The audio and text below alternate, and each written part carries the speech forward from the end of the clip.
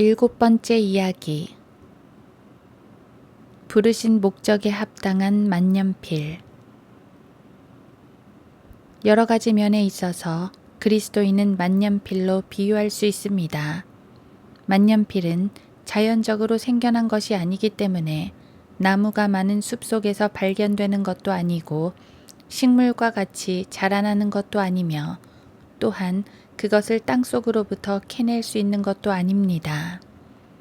어떤 지식인들은 그들 안에 어떤 착상이 떠오르게 되면 곧장 그것을 실물로 만들어냅니다. 그리스도인들도 저절로 된 것이 아닙니다. 사람은 죄인으로 태어나서 죄를 사랑하게 됨으로써 양심적으로나 실제적인 면에 있어서 처음부터 그리스도인들이 아니었던 것입니다. 하나님께서는 예수 그리스도의 구속 사역을 성령님에 의한 중생을 통해서 수행하고 계시는 것입니다. 만년필은 사용하기 위해서 만들어진 것입니다.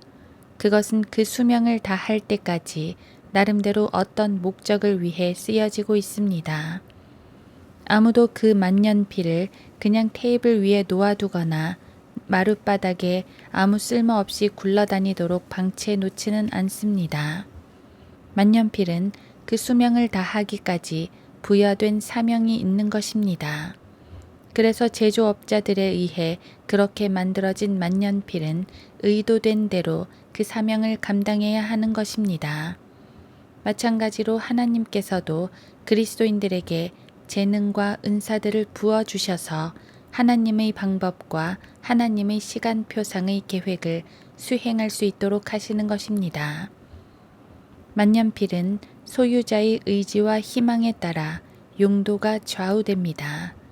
만년필 소유자는 그 만년필을 잠시 동안은 그냥 놓아둘지라도 매일매일 그 만년필을 사용하는 것입니다.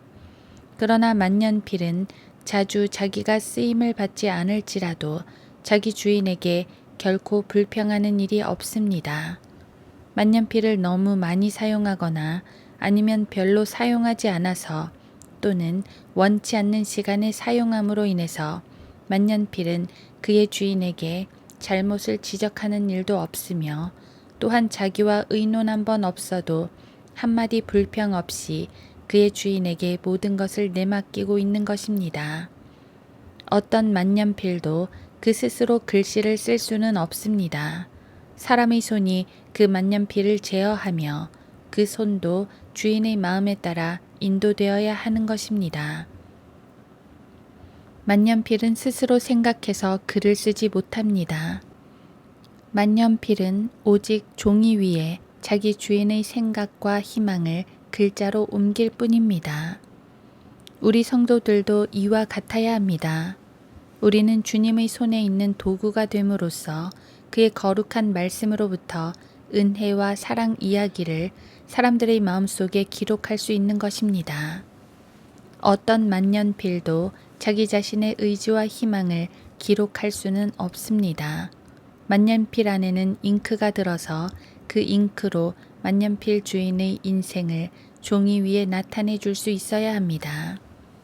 잉크는 성령님과도 같습니다. 성도들은 늘 성령 충만하여서 성령님의 도우심으로 사람들의 마음판에 기록할 수 있어야 합니다.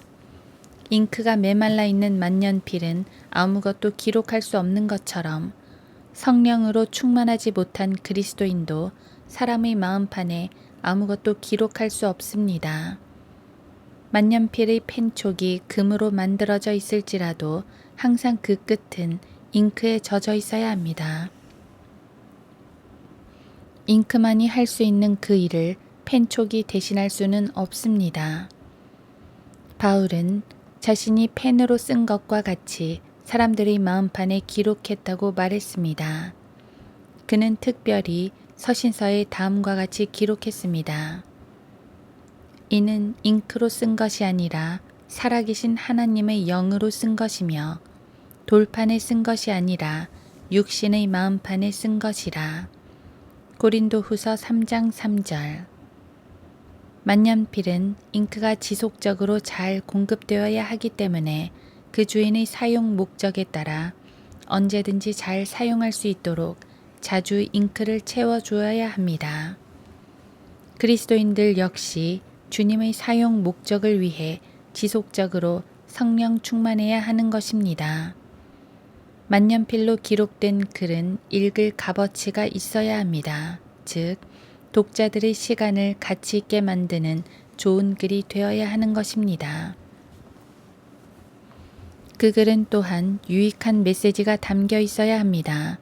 그래서 그 메시지는 성격이 급한 사람이나 교육받지 못한 사람들에게도 쉽게 읽힐 수 있도록 쉽고 평이하게 쓰여져야 합니다.